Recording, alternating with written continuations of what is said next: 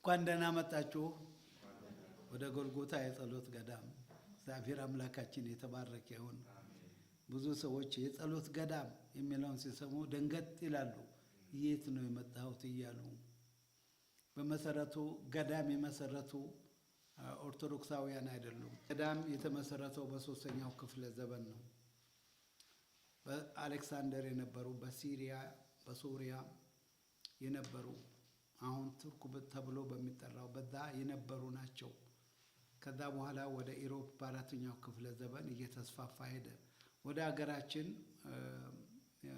ገዳም ገብተው የጀመሩ 9 ቅዱሳን የሚባሉ አሉ። በስድስተኛው ክፍለ ዘመን ነው። ዛሬ በኢትዮጵያ ውስጥ ወደ 800 ገዳማት አሉ እና በዓለም ደረጃ ስንት እንዳሉ አላውቅም።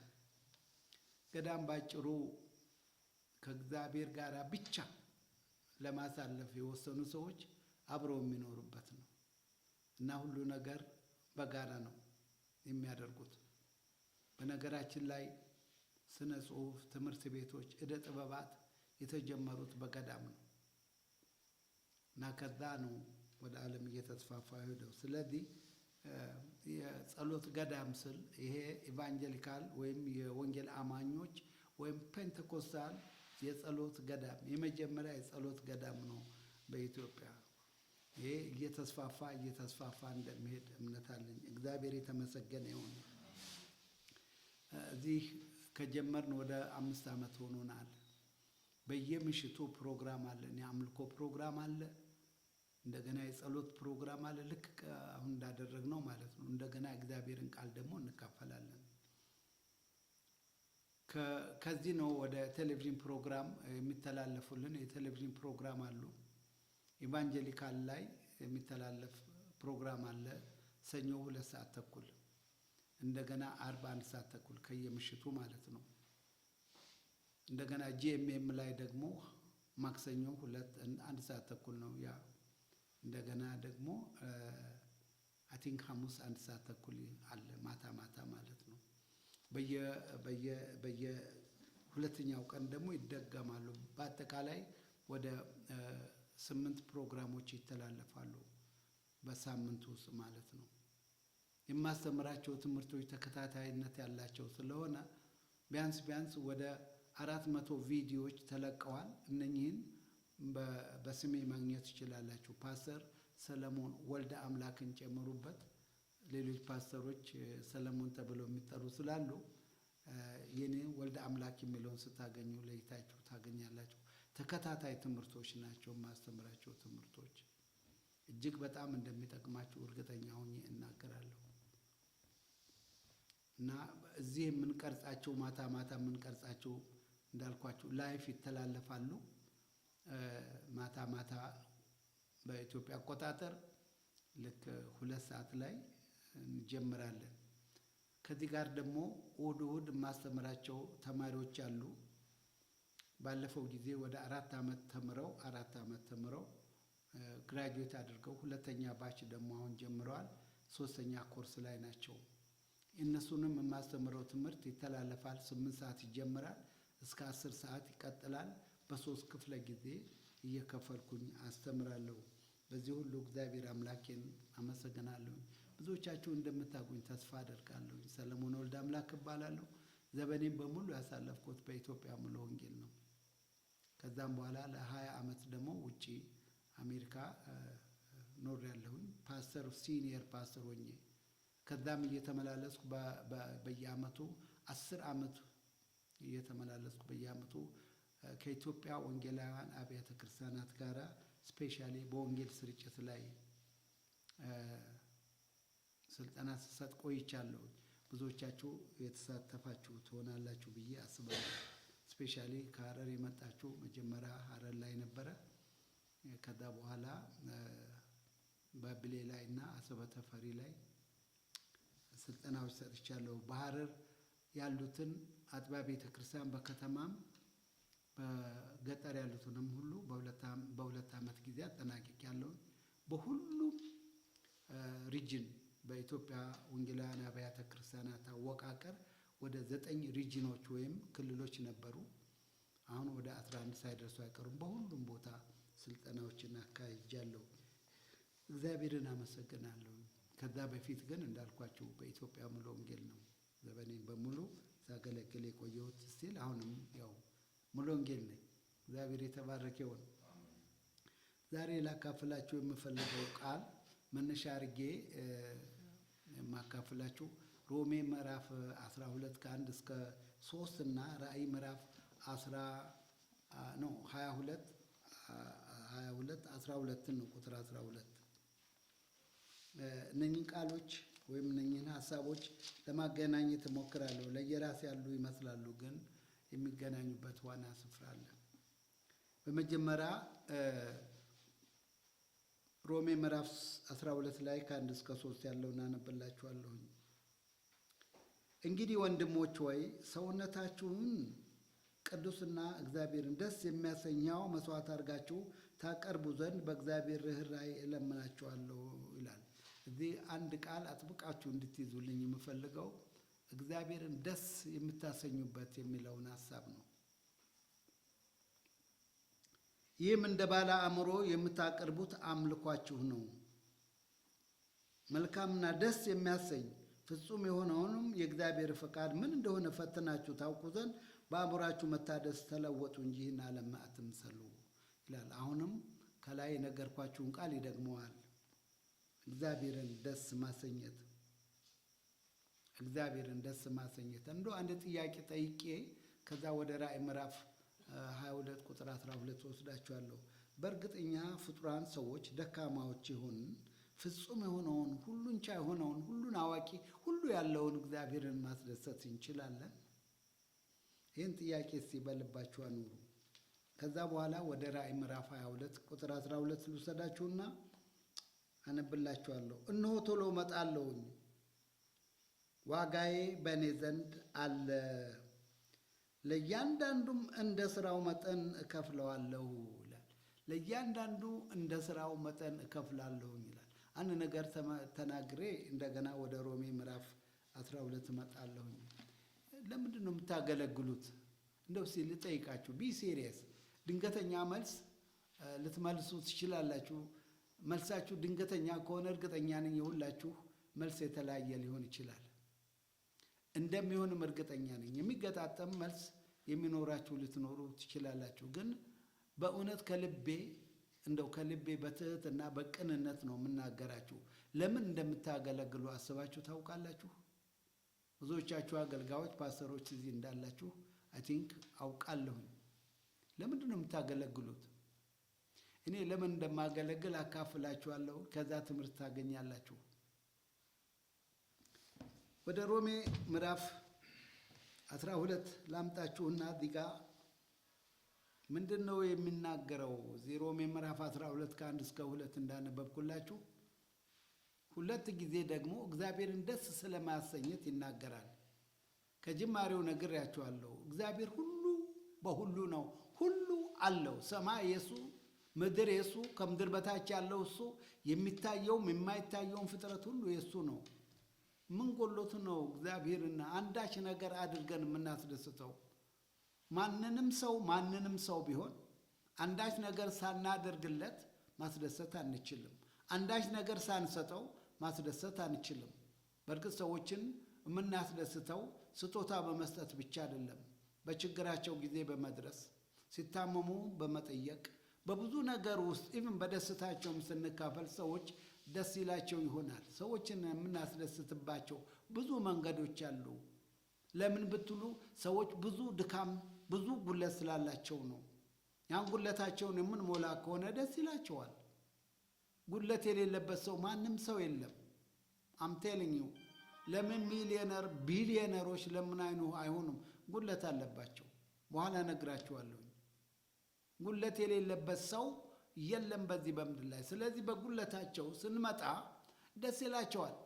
ይሄ እግዚአብሔር አምላክ ግን ሰማየ ሰማያት የሱ ነው፣ ምድርም የኔ ናት ይላል እግዚአብሔር። ምድርና በምድር ላይ ያለው ሁሉ የኔ ነው ይላል እግዚአብሔርና ምን ጎሎት ነው እግዚአብሔርን ሰጥተን አንድ ነገር አቅርበን ደስ የምናሰኘው? አለበለዛ እንዴት ነው በእኛ ደስ የሚለው? እዚህ ጋር አሁን እንዳነበብኩላችሁ እዚህ ብቻ ቦታ አይደለም፣ ብዙ ቦታ አጥንቻለሁ። ይህን በሚመለከት እግዚአብሔርን ደስ ማሰኘት እንደሚቻል ነው የምነግራችሁ። ብዙ ቦታ አንብቤ አግኝቻለሁ። እኔ በፊት ድሮ የሚቸግረኝን ነገር ልንገራችሁ። ድሮ ጌታን ገና እንዳገኘው አገልግሎት እንደጀመርኩ እውነቴ ነው የምነግራችሁ፣ እግዚአብሔርን ማስደሰት ይችላለሁ ብዬ አስቤ አላቅም። ለምን እንዳልኳችሁ እግዚአብሔር ሁሉ አለው፣ ሁሉ በሁሉ ነው። ምን አድርጌለት ነው እሱን ደስ የማሰኘው ብዬ አስብ ነበር። ሰው ከዚህ ይልቅ ሰዎችን ደስ ማሰኘት ቀላል አድርጌ አግኝቼዋለሁ። ከጊዜ በኋላ ግን ሰዎችን ደስ ማሰኘት በጭራሽ ከባድና አስቸጋሪ እንደሆነ አግኝቼዋለሁ። ፊት ግን እንደዛ አይደለም። ሰዎችን በየችግራቸው ከደረስን፣ የሚያስፈልጋቸውን ነገር ካደረግንላቸው፣ ከጠየቅናቸው ደስ ማሰኘት እንችላለን። ግን አይቴሉ በጣም ከባድ ነው። ለምን? የሰዎች ችግር የሚቋረጥበት ቦታ የለም፣ የሚሟላም አይደለም። አንዱ ችግር ሲወገድ ሌላው ይተካል፣ ሌላው ችግር ሲመጣ ሌላው ይተካል። በዛ ሁሉ መገኘት አትችሉም። በሁለት በሶስት ጊዜ ተገኝታችሁ አራተኛው ላይ ከቀራችሁ ይቀየሟችኋል። ይሄ የሰው ሁሉ ባህሪ ነው። ፈትናችሁ ማየት ትችላላችሁ፣ ወይም ደግሞ አይታችሁ ሊሆን ይችላል። ስለዚህ የሰው ጉድለት የሚቆምበት የለም። የሰውን ጉድለት የሚሞላ ምንም ነገር የለም። ዓይን ከማየት ምን አያደርግም?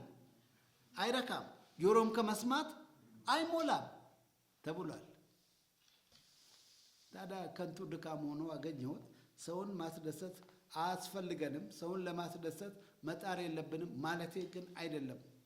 ማለት የፈለኩት ሰውን እድሜ ልካችሁም ብታገለግሉት ማስደሰት አትችሉም። ወደዚህ ደግሞ ስመጣ እግዚአብሔርን ማስደሰት የመጨረሻ ቀላል ሆኖ አገኘሁት። የሚገርማችሁ ነገር ነው። እንዴት ሰው እግዚአብሔርን ማስደሰት ይቻላል ብዬ ሳስብ የነበርኩኝ ሰውዬ አሁን እግዚአብሔርን ደስ ማሰኘት እጅግ ቀላል ሆኖ አገኘሁት። ነገር ግን አስቡ፣ ይሄ እግዚአብሔር ማን እንደሆነ፣ ዓለማቱን ሁሉ የፈጠረ ጥበብ ዕውቀት የተሞላ በሰማይ ያለው የሱ፣ በምድር ያለው የሱ፣ መላእክቶች የሱ፣ ከዋክብቶች በሙሉ የሱ፣ ፀሐይ የሱ፣ ከዋክብቶች ብቻ አይደሉም፣ ጨረቃ፣ ማዕት ጨረቃዎች፣ ፕላኔቶች ሁሉ የሱ፣ በምድር ላይ ያለው ማናቸው ሀብት የሱ። እሱም ይናገራል፣ በተራራ ላይ ያለው እንስሳ በሙሉ የኔ፣ ምድርና በምድር ላይ ያለው ሁሉ የኔ ነው ያለው እግዚአብሔርን እንዴት ደስ ማሰኘት ይችላለሁ ብዬ ሳስብ የነበረው በኋላ ቀላል ሆኖ አገኘሁት። ወገኖች እግዚአብሔርን ደስ የምናሰኘው በደንብ ስሙኝ፣ በስጦታችንም አይደለም፣ በአገልግሎታችንም ብዛት አይደለም። ነው ወይ? ትልቅ ስህተት የምንሰራው ይሄ ነው። የብሉይ ኪዳንም ሰዎች ኢቭን ነቢያቶችም ሳይቀሩ እግዚአብሔርን ደስ ማሰኘት የሚቻለው በስጦታ ነው ብለው ያስቡ ነበር፣ አንዳች ነገር በመስጠት። በዛ አይደሰትም ማለት አይደለም። አሁንም በጣም ተጠንቀቁ። ስጦታችን የተቀደሰ ከሆነ እግዚአብሔር በስጦታችን ይደሰታል። ኦፍ ኮርስ ግን ነቢያቶች ሁል ጊዜ እግዚአብሔርን ለማስደሰት ሁል ጊዜ የሚጥሩት እንዳልኳችሁ፣ ሌሎችም ሰዎች ለእግዚአብሔር አንዳች ነገር በማድረግ ወይም መስዋዕቶችን በማቅረብ ኦፍ ኮርስ እግዚአብሔር ያዘዘው ነው፣ በዛም ደስ ይለዋል። እውነት ነው። ሚክያስ አንዴ የተናገረውን ልንገራችሁ። ሚክያስ ምዕራፍ 6 ላይ ታገኛላችሁ። እንደው ምን ይዤ በፊት ልቅረብና ደስ ላሰኝህ አለ። ምክንያቱም እግዚአብሔርን ደስ ማሰኘት ይፈልጋል። በጣም ትልቅ መሻት አለው እና ብዙ ነገሮችን ቆጠረ። በሺህ የሚቆጠር ወይም በ10,000 የሚቆጠር የበጎች ኮርማዎች ላምጣ፣ የበጎች ምንድነው የሚባለው አውራዎች ላምጣን፣ ወይም በሺህ የሚቆጠር ዘይት ይዤ ልቅረብን እያለ ከዛ በኋላ እንደው የመጀመሪያውን ልጄን በኩሩ የሆነውን ልጄን ልሰዋና ደስ የሚል ከሆነ እሱን ይዤ ልምጣን ብሏል። ዛትማች እግዚአብሔርን በስጦታ ለማስደሰት ከመፈለጉ የተነሳ ነው። እግዚአብሔር የተናገረውን መልስ እዛ አንብቡ፣ ጊዜ ላለመውሰድ። ሰው ሆይ ካንተ እግዚአብሔር የሚፈልገው ምን እንደሆነ እወቅ ብሎ ይናገራል። እና እኔ ታዲያ አሁን እግዚአብሔርን ደስ ማሰኘት የሚቻልበትን መንገድ ሁኔታ በደንብ አውቄያለሁ። እናንተም ከተጋራችሁ፣ ቅድም ጥያቄ ጠይቄያችኋለሁ። ስታገለግሉ ለምንድን ነው የምታገለግሉት ብያለሁ። እኔ በበኩሌ ሳገለግል በአገልግሎቴ የእግዚአብሔርን ጉድለት ለመሟላት ሳይሆን ራሴን በመስጠቴ ራሴን በቃ በመስጠት የሱ በማድረግ ምንም ሳልቆጥብ ሳልሸራርፈው ማለት ነው ሙሉ በሙሉ ራሴን ለሱ በመስጠት እግዚአብሔር ደስ እንደሚለው አየሁ። እዚህ ሮሜ ላይ ይሄንን ነው የምናገረው። ራሳችሁን ሕያው መስዋዕት አድርጋችሁ ስጡ፣ ደስ የሚያሰኝ ስጦታችሁ ይሄ ነው ይላል። ሕያው መስዋዕት ምንም አታስቀሩ። ራሳችሁን ሰው ማለቱ አይደለም። ለራሳችሁ ምንም መሻትን አታስቀሩ። ዳዊት እንደሚናገረው መሻቴን ሁሉ ሰዋሁልህ ነው የሚለው። እግዚአብሔርን ደስ ለማሰኛት ከፈለጋችሁ ወገኖች የራሳችሁን ስጡ። በሌላ መልኩ ደግሞ ቆም ብዬ ልናገር። ይህን ሰማያትን ሁሉ የፈጠረ እግዚአብሔርን ደስ ማሰኘት ከተቻለ ለምን ወደኋላ እንላለን? ከተቻለ አዎ ይቻላል። ምን በማድረግ እዚህ ጋር አንብቤላችኋለሁ። ራሳችሁን ሕያው መስዋዕት አድርጋችሁ አቅርቡ ይላል። በሌላ መልኩ ደግሞ ልንገራችሁ። የሱ በመሆናችን በዚህ አይነት ሁኔታ ራሳችን ለሱ ከሰጠን የሱ በመሆናችን ነው የሚደሰተው እግዚአብሔር፣ በስጦታችን አይደለም። የሱ በመሆናችን ምናልባት ብዙዎቻችሁ ልጆች ይኖራችኋል ብዬ ገምታለሁ። ልጆች ከሕፃንነታቸው ጀምሮ አሳድገናቸዋል። 2 ዓመት 3 ዓመት ሲሆኑ ስናያቸው በጣም ደስ ይለናል። ሲተኙም ሲጫወቱም ሲጮሁም በሁሉ ነገራቸው ደስ ይለናል። አንዳች ነገር አድርገውልን ነው ወይ? አይደለም። የኛ በመሆናቸው ነው እንጂ የ2 እና የ3 ዓመት ልጅ ለኛ አንዳች ነገር አድርገውልን አይደለም። ሲተኙም ደስ ይለናል፣ ስናያቸው ሲጫወቱ ደስ ይለናል። ደስ ይለናል የኛ በመሆናቸው። እግዚአብሔርም ወገኖች የሱ በመሆናችን ነው ደስ የሚለው። የእግዚአብሔር ደስታ በስጦታችን በምናቀርበው ስጦታ ሳይሆን በፍቃዳችንና ወደን ራሳችንን ስንሰጠው ነው። አይነው ይሄ ከባድ እንደሆነ ለብዙዎች ከባድ እንደሆነ አውቃለሁኝ። ስፔሻሊ ልንገራችሁ፣ እጅግ ሀብት ያላቸው ሰዎች፣ እጅግ ትልቅ ስልጣን ያላቸው ሰዎች፣ በትምህርት ደረጃ ከፍተኛ ደረጃ ላይ ያሉ ሰዎች ራሳቸውን መስጠት አይችሉም፣ ይከብዳቸዋል። ምክንያቱም ይህ አይነቱ ስጦታ ከአገልግሎት ጋር ነው የሚያያይዘው። እንደገና ላንብብላችሁ፣ ይህም ቦታ ልብ ብላችሁታልና ይሄም አገልግሎታችሁ ነው የሚለው። ይህም እንደ ባለ አእምሮ የምታቀርቡት አገልግሎታችሁ ነው፣ አምልኳችሁ ነው፣ አገልግሎታችሁ ነው። አሁን የነገርኳችሁ ክላስ ላይ ያሉትን ሰዎች ብትመለከቷቸው ታውቃላችሁ። አሉ ዛሬ ቢሊዮነሮች አሉ፣ ክርስቲያኖች። የእግዚአብሔር አገልግሎት ውስጥ አታገኟቸውም። በከፍተኛ ደረጃ ላይ ስልጣን ያላቸው ባለስልጣናት እናውቃለን። ከሜዳ ተነስተው ከየትም ተነስተው ምናውቃቸው እግዚአብሔርን ሲያገለግሉ ዛሬ ያናቸው። በከፍተኛ ደረጃ በትምህርት ደረጃ ከፍተኛውን ደረጃ ፒኤችዲ ደረጃ የደረሱ ከዛም በላይ ፕሮፌሰሮች የሆኑ አክቹዋሊ ፕሮፌሰርነት ከፒኤችዲ በላይ ነው ማለት አይደለም። እና ከፍተኛ ዲግሪ የመጨረሻው ዲግሪ ፒኤችዲ ነው። ነገር ግን ፔፐሮችን በመስራት ሪሰርች በመስራት ማንም ሰው ስላችሁ አትሊስት ማስተርስ ዲግሪ ያለው ፕሮፌሰር መሆን ይችላል። ያም ሆነ ልላችሁ የፈለኩት የምናውቃቸው እነኚህ ወገኖች ከምንም ተነስተው ሲያገለግሉ ሲሮጡ የነበሩ ጊዜ ምንም ባልነበራቸው ጊዜ ዛሬ ላይ ቦታ ሲደርሱ እንዴት አድርገው ወርደው ያገልግሉ። ምክንያቱም ክርስቶስን ለማገልገል መውረድ ይጠይቃል። ዝቅ ማለት መዋረድን ይጠይቃል። መነቀፍን ይጠይቃል፣ ያስከትላል። ያ መነቀፍን ያስከትላል። ማን? ክርስቶስን በማገልገል። እስቲ ውጡና የጌታን ስም ጥሩ። ትነቀፋላችሁ፣ ትሰደባላችሁ። እነማን መሰላችሁ? ክርስቲያንን የሚሉ የጌታ ስም ሲጠራ መከፋት አይደለም፣ የሚሳደቡ አሉ። ክርስቶስን እኮ የሚክዱ አይደለም። በሌላ መልኩ ይችን ስለሚፈሩ አያገለግሉ። ከተገኘም አንዳንድ ጊዜ የቦርድ አባላት ሊሆኑ ይችላሉ። አረ 10 ጊዜ ይቅር እንደው 1000 ጊዜ ተዋርጄ ጌታ ደስ የሚለው ከሆነ እሱን እመርጣለሁ። ወገኖቼ እኔ በደንብ ላሳስባችሁ፣ ስታገለግሉ ጌታን ደስ እንደምታሰኙ አስባችሁ አገልግሉ። ሌሎችንም ስታስተምሩ በአገልግሎታቸው ጌታ ደስ እንደሚለው አስተምሩ። በስጦታችን አይደለም። ይሄም አገልግሎታችን ራሳችን ሕያው መስዋዕት አድርገን መስጠት ነው።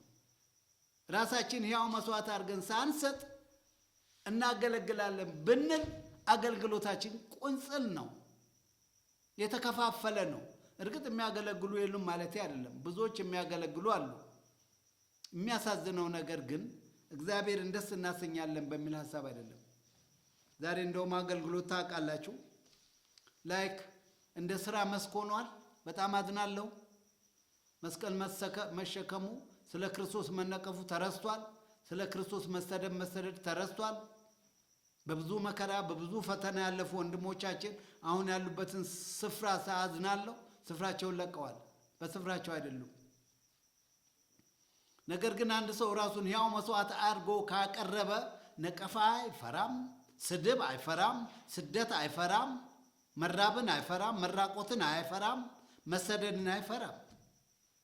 ቶፕ ላይ ያሉ ግን አፐር ክላስ ላይ ያሉ እንዲህ አይነቱም ነገር ወገኖቹ ወደ እነሱ አታምጡ።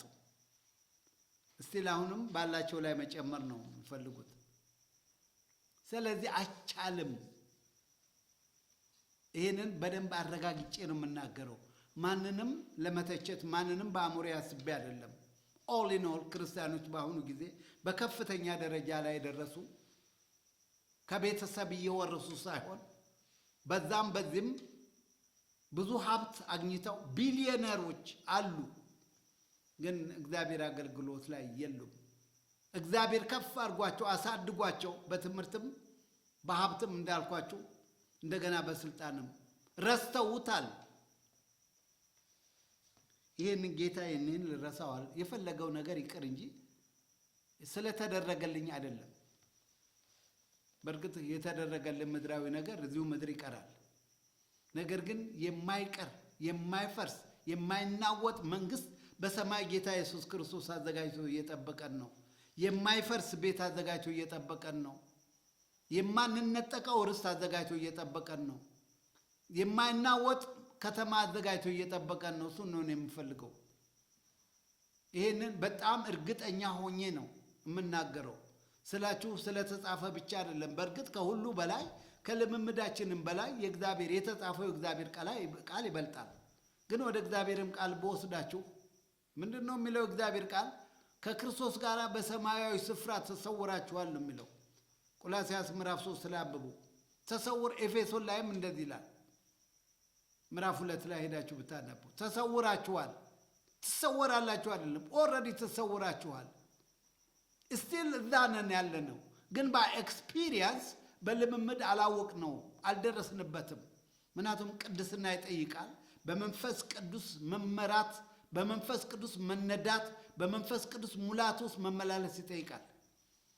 በዛን ጊዜ መንፈስ ቅዱስ የክርስቶስ ኢየሱስን ኃይል፣ ክብር፣ ማንነት፣ ዘላለማዊነት ይዞ በእኛ ላይ ሲያርፍ በሰማይ ስፍራ መሆናችን ማወቅ እንችላለን።